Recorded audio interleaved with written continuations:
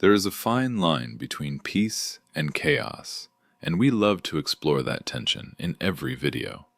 Watch as the pressure builds and the truth finally explodes in a burst of cinematic energy.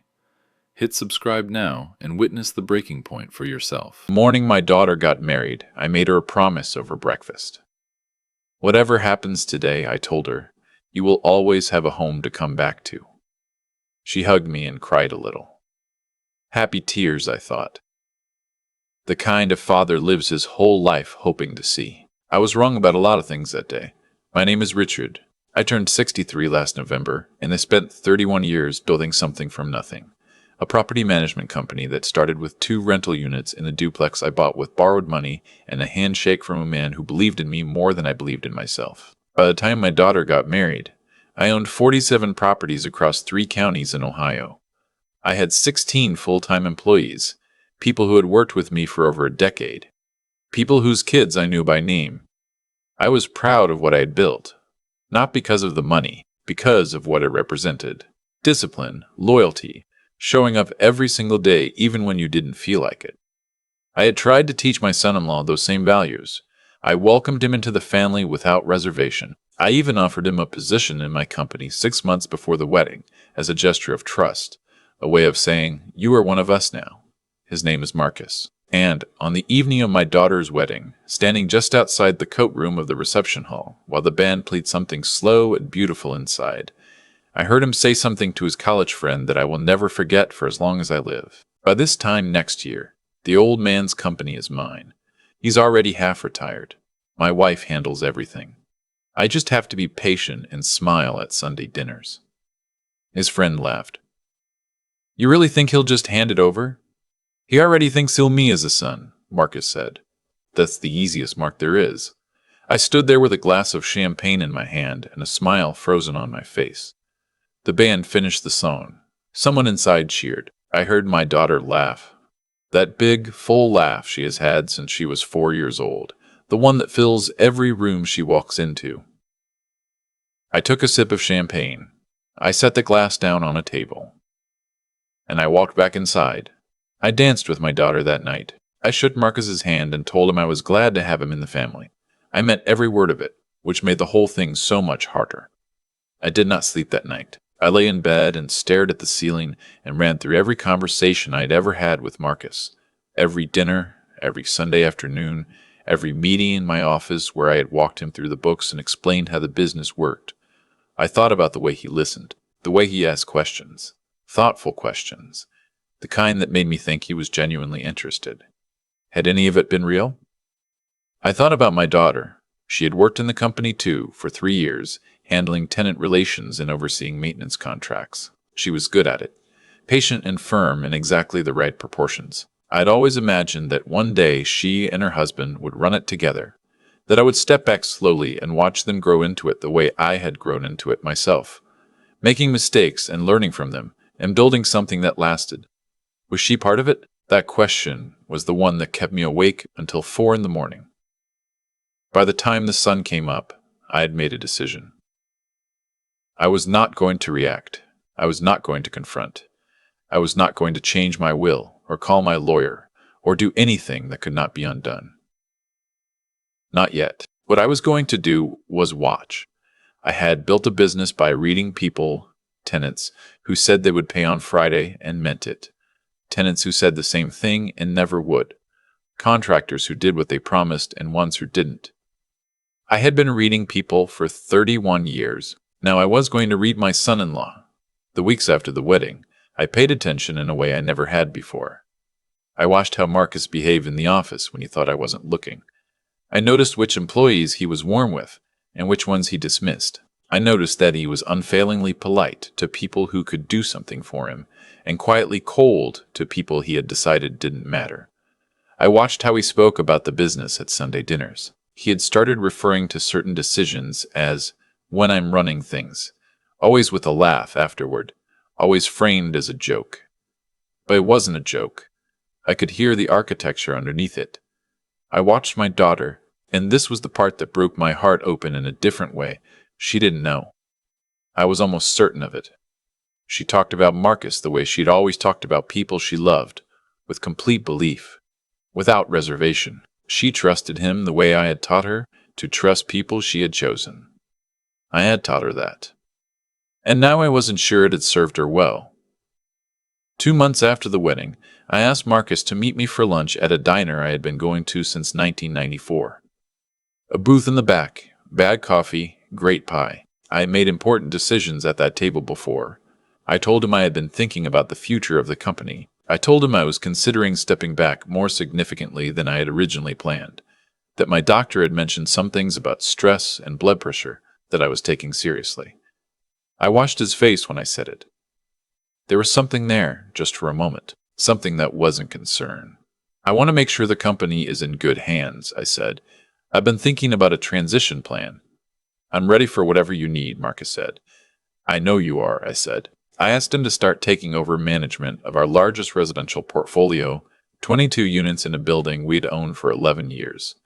He would handle everything: tenant communication, maintenance scheduling, lease renewals, monthly reporting.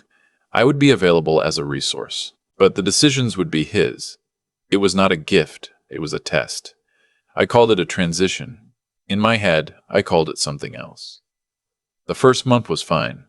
Marcus came in energized, made some changes to how we organize maintenance requests, updated some of the paperwork, small things, but sensible. I began to wonder if I had misjudged him. I began to wonder if what I had heard outside the coat room was the careless talk of a young man trying to impress a friend, the kind of thing people say that doesn't reflect who they actually are. I wanted to believe that. More than I can tell you, I wanted to believe it. The second month is when the cracks appeared. One of our longest tenants, a woman named Dorothy, who had lived in Unit 4B for 9 years, who had never once been late on rent, who had seen her husband through cancer in that apartment, called my personal cell phone on a Tuesday afternoon. She was crying. She said that Marcus had sent her a notice of non-renewal. Her lease was up in 60 days. No explanation. No warning. No conversation. I asked her to send me a copy of the notice. I sat with it in my hands for a long time. Dorothy was not a problem tenant. She was, in fact, the opposite. The kind of tenant you hope for. The kind who takes care of a unit as if it's her own home. Because it is her home. There was no business reason to let her go. The only reason I could think of was that her rent, locked in from years ago, was below current market rate. If she left, we could raise it significantly. That was technically true. It was also a way of doing business that I had never done and never intended to do. I called Marcus that evening. I kept my voice even. I heard from Dorothy today, I said. There was a pause. I was going to talk to you about that. Those below-market units are holding back the building's income potential. If we turn 3 or 4 of them over in the next year... Dorothy has been with us for 9 years, I said. With respect, Marcus said, sentiment isn't a business strategy. I was quiet for a moment. No, I said, it isn't. Let's sit down this week. We met in my office on Thursday. I had spent 2 days thinking carefully about what I wanted to say, and more importantly, how I wanted to say it. I was not angry. Or rather, but the anger was cold and still, not hot. The kind that doesn't burn through if you're careful with it. I told Marcus that I appreciated his thinking about the business's financial health. I told him that identifying below-market rents was smart. Then I told him something I had learned in 31 years that no business school teaches. The reputation of this company, I said, is worth more than any rent increase we could ever collect. We have tenants who send their adult children to us when those children need an apartment. We have landlords who refer us because they've heard how we treat people. That is not sentiment, that is infrastructure. And it took 3 decades to build. Marcus listened. He nodded in the right places. He said he understood. He did not rescind Dorothy's notice. I found out, on a Friday afternoon, when I called her to let her know everything had been taken care of. She told me she hadn't heard anything.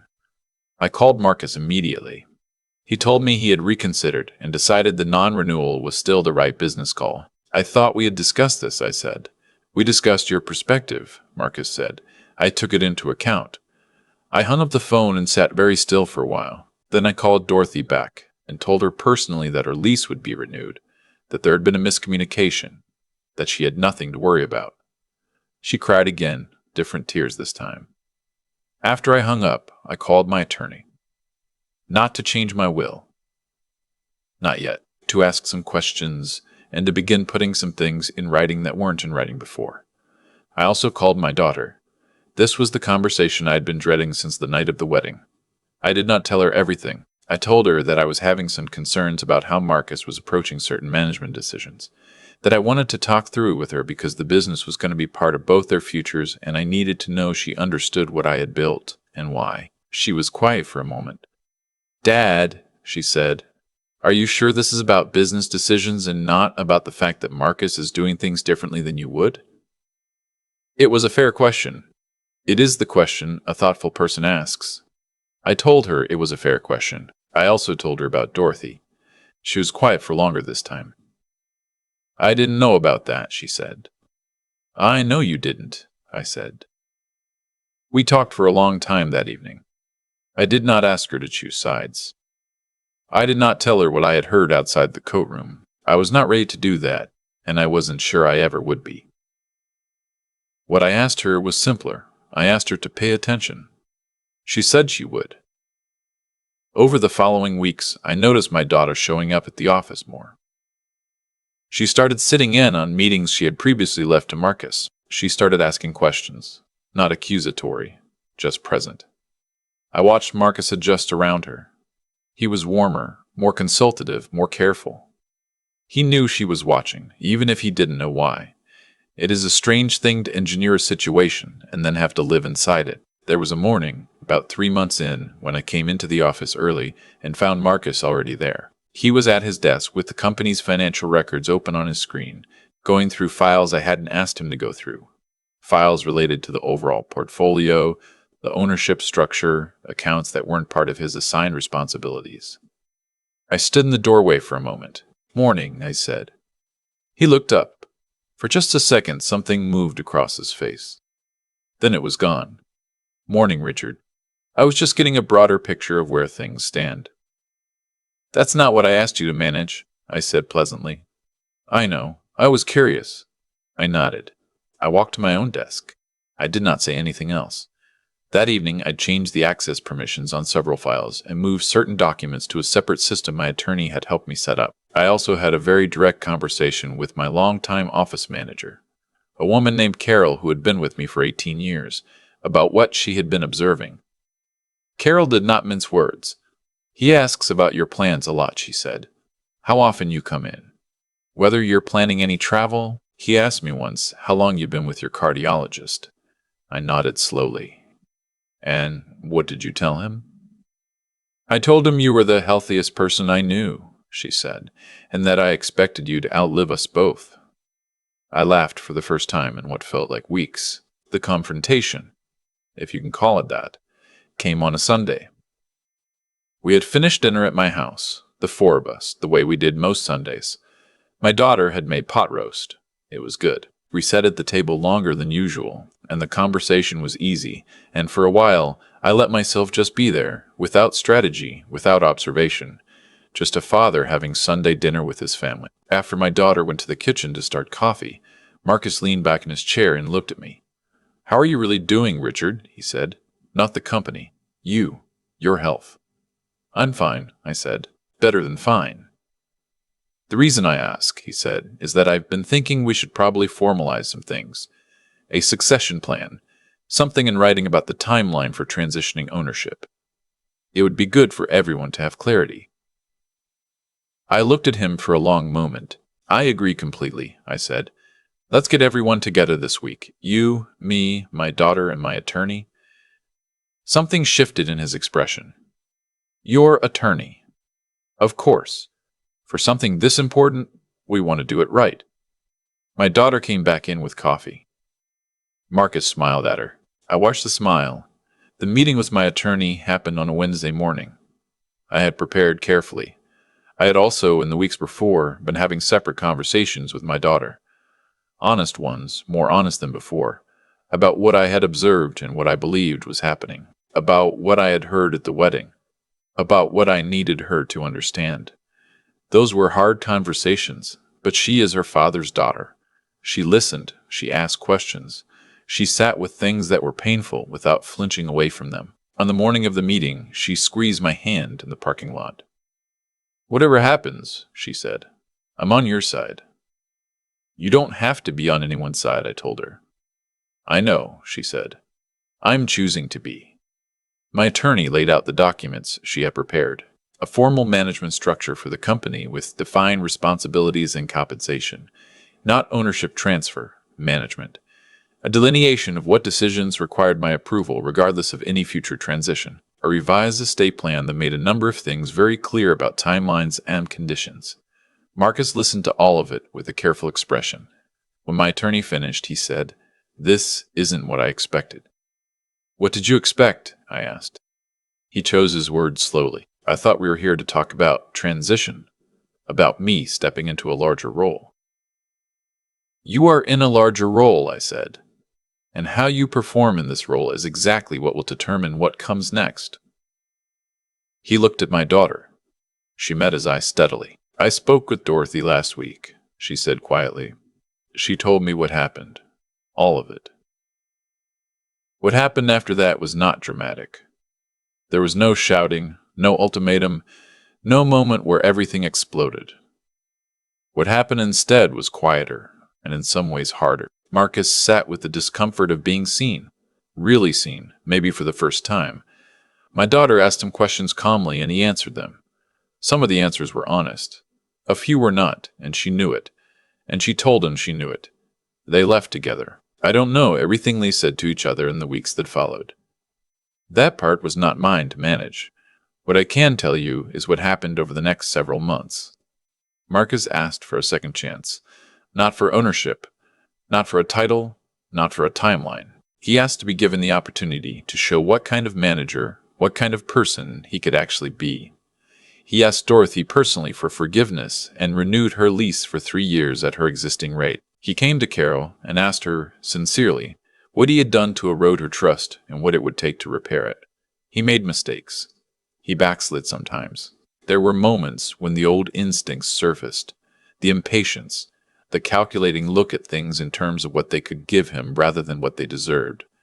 But he caught himself more often as time went on, and more importantly, my daughter was watching, and she held him to account in the quiet, steady way she holds everyone to account. I don't know if Marcus is the man I hoped my daughter had married. I'm not sure yet. What I know is that he is trying, with more sincerity than I initially thought he was capable of, to become someone worth trusting. Whether that's enough is something only time will answer. What I know for certain is this. The company I built is still standing. The people who have worked for me for 10 and 15 and 18 years still have their jobs, and Dorothy still has her home, and Carol still makes bad coffee in the break room every morning, and I am still grateful for every cup. I am 63 years old. I started with 2 rental units and a handshake and 31 years of showing up. I'm not done yet, and on the nights when I sit on my back porch with the last of the evening light coming through the oak trees, I think about what I almost lost. Not the business, but something harder to name. The belief that the people we love are who we believe them to be. The willingness to trust after you have been given a reason not to. I still have that willingness. I have decided to keep it. Some things are worth protecting, not because they are safe, but because they are yours. I built everything I had from nothing. The one thing I refuse to let anyone take from me is who I am.